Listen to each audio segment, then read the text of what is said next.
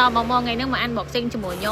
ង model MK ដែលជា stock ថ្មីសេរីឆ្នាំ2026ផ្ទាល់តែម្ដងនិយាយទៅ model នេះគឺទទួលបានការពេញនិយមនិងលក់ដាច់ខ្លាំងមែនតើហ្មងណាចាហើយនេះគឺជា stock ថ្មីដែលយើងទៅយកចូលនេះគឺជាក្រុមការងារដែលគាត់កំពុងតែធ្វើការតម្លើងកង់ថ្មីជូនមកបងតែម្ដងអញ្ចឹងប្រភេទកង់នេះដែរគឺយើងមានភ្ជាប់មកជាមួយនឹង Bluetooth ស្ដាប់ចម្រៀងនៅក្នុងកង់ទៀតណានិយាយទៅគឺទំនើបខ្លាំងមែនតើសម្រាប់បងដែលគាត់មានបំណងចង់បានជាមួយនឹង model នេះគឺមានតម្លៃល្អជូនមកបងដោយសារតែយើងយកមកពីខាងរោងចក្រផ្ទាល់ធានាជូនបានទៅលើគុណភាពនិងតម្លៃជូនមកបងតែម្ដងតម្លៃលក់គឺត្រឹមតែ300ជាងទេហើយសម្រាប់បងដែលគាត់ចង់យកទៅលក់បន្តចាបងដែលគាត់បោះដុំកង់អគ្គិសនីអីក៏អាចទិញជាមួយនឹង model នេះបានដែរតម្លៃគឺសមរម្យហើយមានតម្លៃល្អជូនមកបងដូចគ្នាណាចឹងសម្រាប់បងដែលគាត់ចង់អញ្ជើញមកមើលដល់ទីតាំងហាងផ្ទាល់ក៏បានបងណាយើងមាន2សាខាសាខាទី1នៅតាមបណ្ដោយផ្លូវ271ឆ្ពោះទៅកាន់ពេទ្យរុស្ស៊ីទល់មុខគ្រឹះស្ថានមីក្រូហិរញ្ញវត្ថុ AMK សម្រាប់សាខាទី2នៅចិត្តបរិយាពិភពថ្មីជុកម៉ា2សម្រាប់បងដែលគាត់នៅតាមខេត្តអាចជឿជាក់និងទុកចិត្តមកកាន់ហាងកង់អគ្គិសនីរបស់យើងបាន